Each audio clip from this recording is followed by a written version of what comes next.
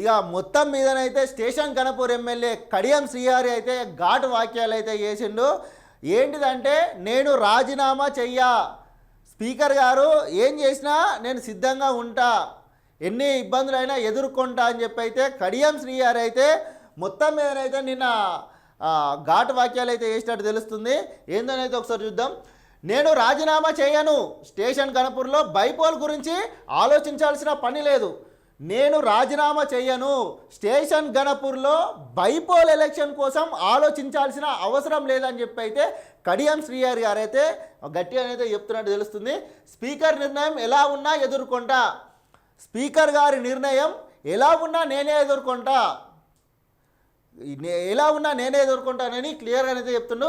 నియోజకవర్గ ప్రజల ఆశీర్వాదం నాపై ఉన్నది ఎమ్మెల్యే కడియం శ్రీహరి.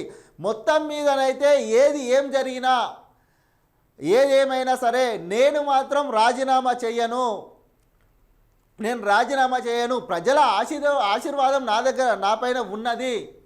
అసలు స్టేషన్ గణపూర్లో బై ఎలక్షన్లోనే దాన్ని మర్చిపోర్రి, నేను రాజీనామా అని చెప్పి అయితే కడియం శ్రీహరి అయితే పకడ్బందీగా చెప్పినట్లయితే తెలుస్తుంది.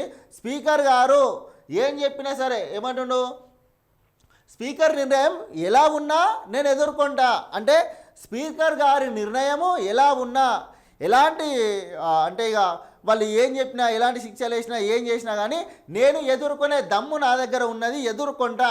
కానీ మీరు బైపోల్ ఆలోచన మాత్రం మర్చిపోరు అని చెప్పి అయితే క్లియర్గానైతే స్టేషన్ గణపూర్ ఎమ్మెల్యే కడియం శ్రీహరి గారు అయితే చెప్తున్నాడు.